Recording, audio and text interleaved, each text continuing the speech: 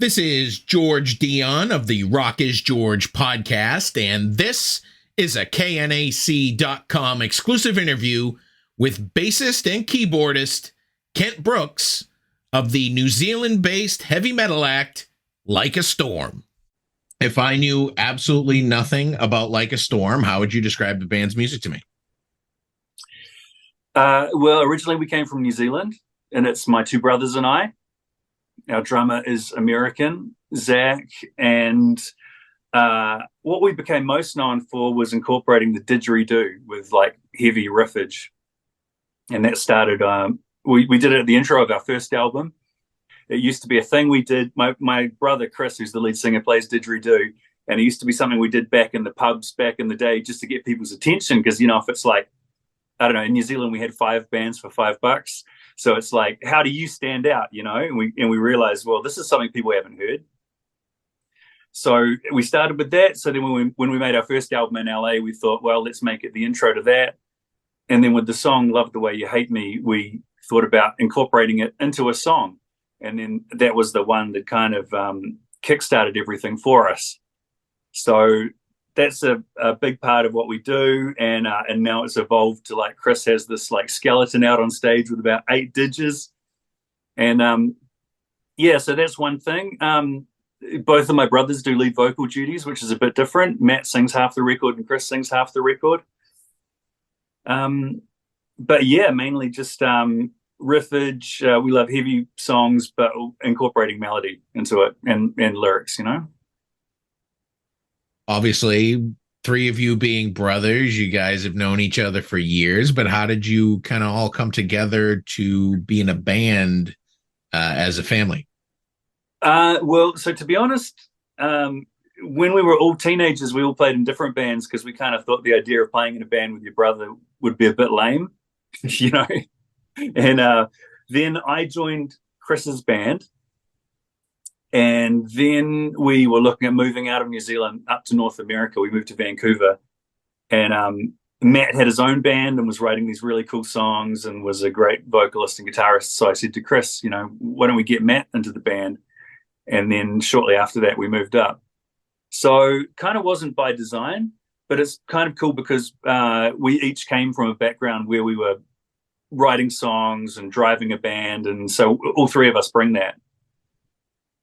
Good to have multiple songwriters in a band and multiple points of views. I mean, a lot of bands, it's usually just the vocalist that does the lyrics. So you kind of have that uniqueness there where you have multiple people contributing.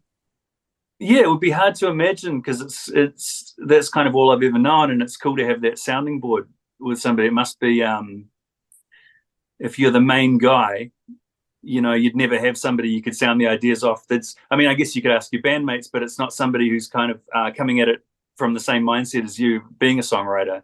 And it means we've always got tons of ideas. So I love that about it too. We, all 3 of us are always sending each other demos. And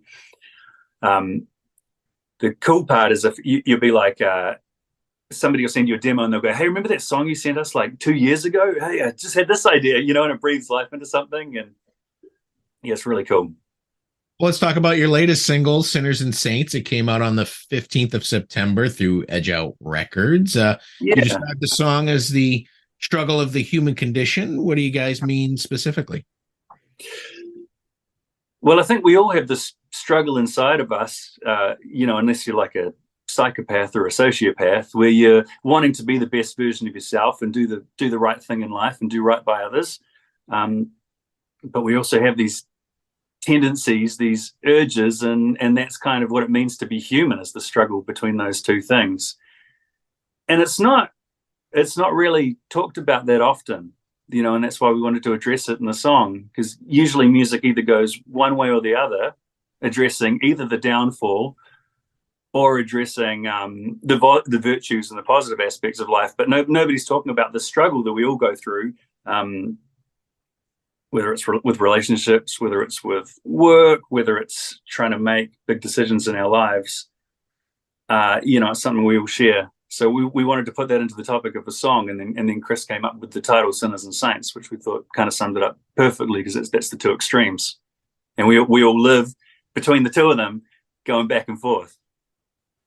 Sort of the Classic story of the Bible, kind of.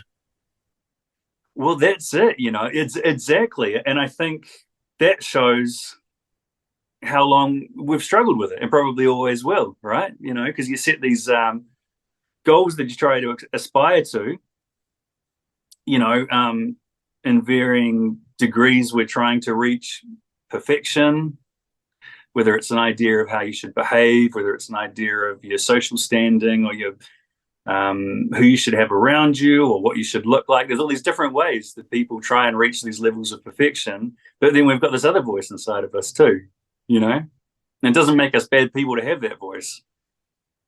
Absolutely. I think a lot of people are kind of delving into, internal struggles. A lot of artists I talk to dealing with internal struggles, mental health, kind of dealing with these things coming out of a time where we were all isolated for a long time. Yeah, well, that really put it under the microscope, didn't it? It put relationships under the microscope. It put, I know a lot of people that just like the path in life they were on, they did a 180 because we put the brakes on everything. And for us in the band, I mean, we always love what we've done, but in 2019, we were just tearing around everywhere, touring constantly. And that's what a band does.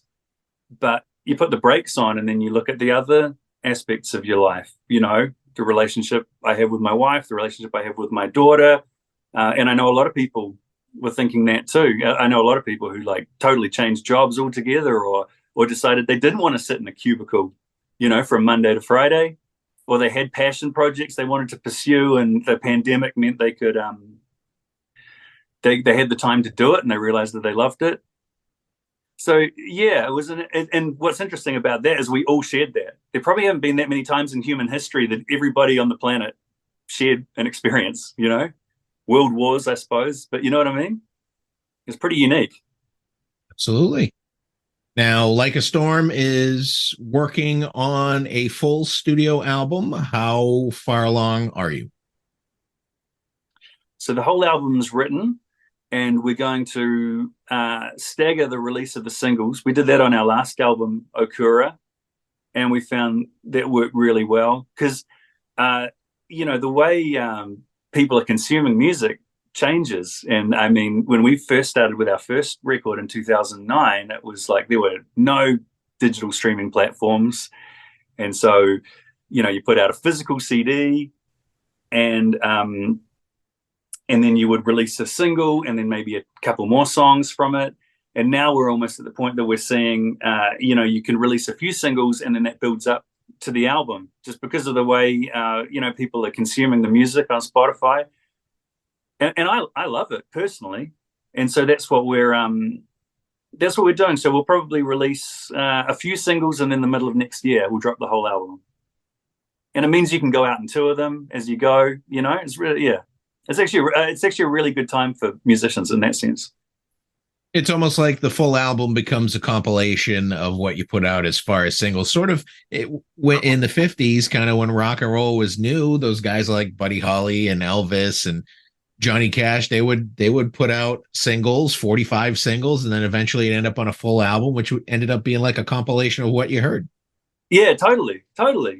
And it's cool to do because otherwise what we used to do in bands is you'd go away for 2 years and then you come back with something. And then that's when you see like how you feel about it. I mean, you've changed in 2 years, how the people react to it. But by that point, you've already done the whole thing. And whereas now it's like, and especially like with what you can see Spotify for artists on your phone, like you can see in real time how people are digging it, and you can see the comments under YouTube videos, and yeah. And so it suits the way we like to do it, to just put the singles out, and then it's like a best of that one little chapter, Do you use these metrics that you get on social media to kind of craft your music when you see like some particular sound that you did or some particular topic that you touched upon?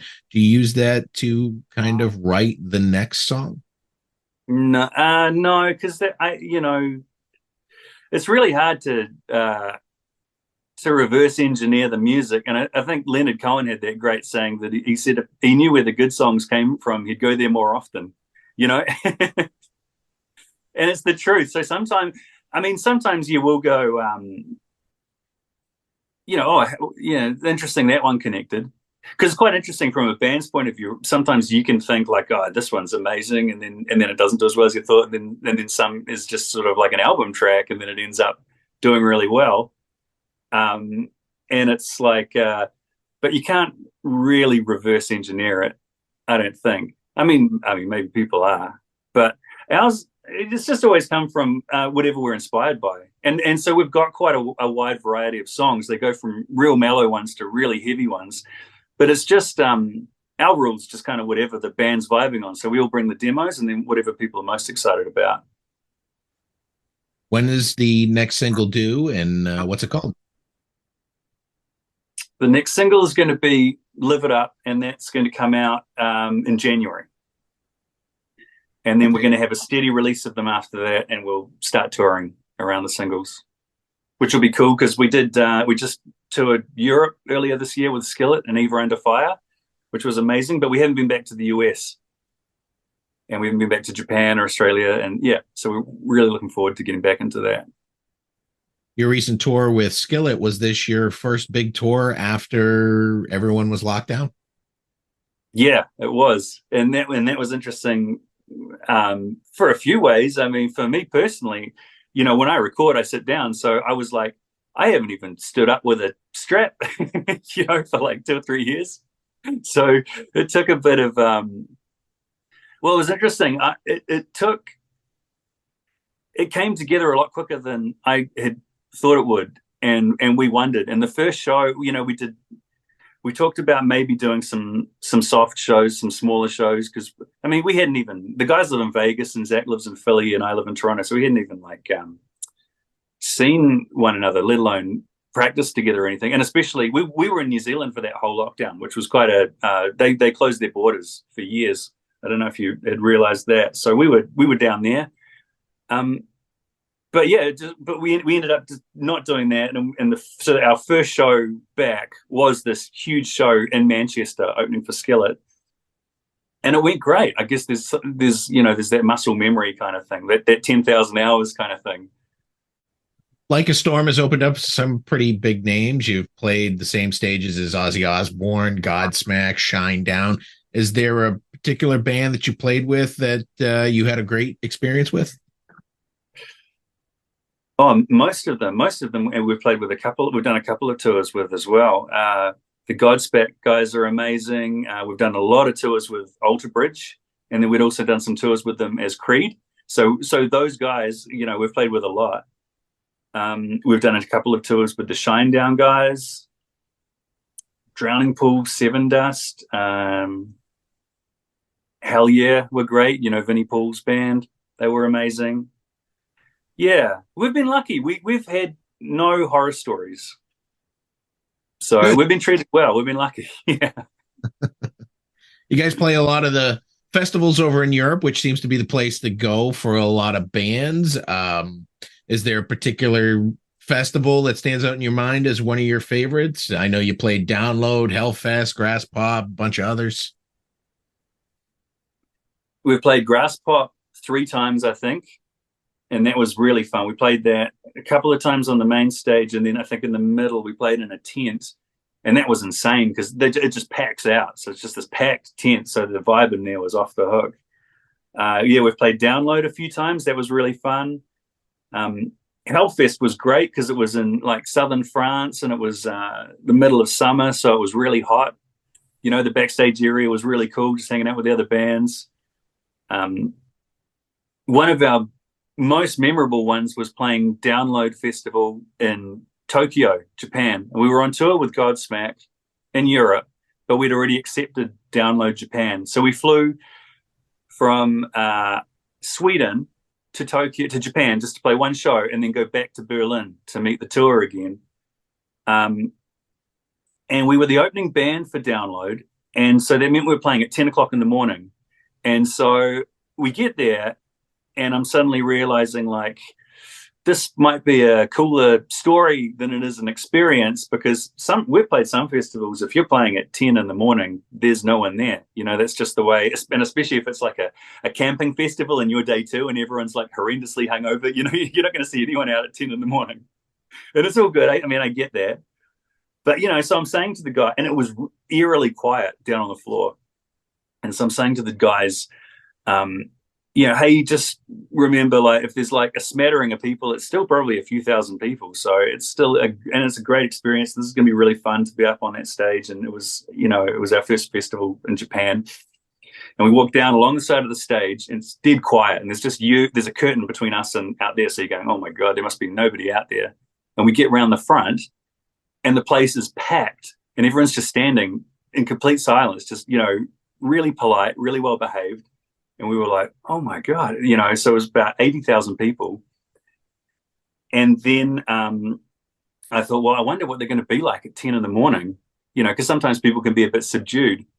And I didn't realize the tech had turned my tuner off and my bass was live. So I knocked it against something and it goes, and the whole place just erupted. And we were like, oh my God, this is going to be great. And it was, they just went from being so polite to just absolutely off the hook. One of the best crowds at 10 in the morning, we'll just never forget that. Sounds a little like the ending to the Anvil documentary. I don't know if you've seen that. The band Anvil goes out on tour and they're wondering if anybody's going to show up to their final stop, and then the place is packed. Yeah, exactly. Because sometimes it can be like that. Sometimes you can get, and especially kind of at our level, you can get booked for a festival and you think, oh, that's going to be amazing. And then the reality kicks in that you're playing at 12 and at the same time as some massive band on another stage. And it's still a great experience. But, this one, like the experience lived up to it as well. It was unbelievable. I was going through Like a Storm's top tracks on Apple Music, and number 2 or number 3 was your cover of Coolio's Gangster's Paradise. He passed away a year ago on the 28th of this month. Had you ever gotten any feedback from Coolio about your version of it? No, the closest we ever got was we were playing in Las Vegas, and a friend of his came out to the show and heard the track, and he said, oh man, next time you guys are in town, I'm going to get him to come up on stage and play it with you. And obviously it never panned out, but that was as close as it got. It's funny because now that, we did that about 10 years ago, and now it's quite common to see bands do takes on different genres, but at the time, not as many were doing it. And so we were like, we loved the song, and how it started was my brothers were thinking, hey, a band could do a really cool version of this. And then we were like, well, hang on, why don't we try it? But at the time we were like, is this going to have everybody just scratching their heads? Is this cool or is this really whack? And it's interesting. I think like it just got added to a Spotify playlist to get, like, it just keeps going. It's a good problem to have, that it keeps going. Yeah. Well, those are all the questions I have for you today, Kent. The new Like a Storm single is Sinners and Saints. It's out now. More singles on the way and a full album next year. I want to thank you for taking the time to speak with KNAC so we can learn a little more about you. I appreciate it. Thanks, George. Thanks for your time, man.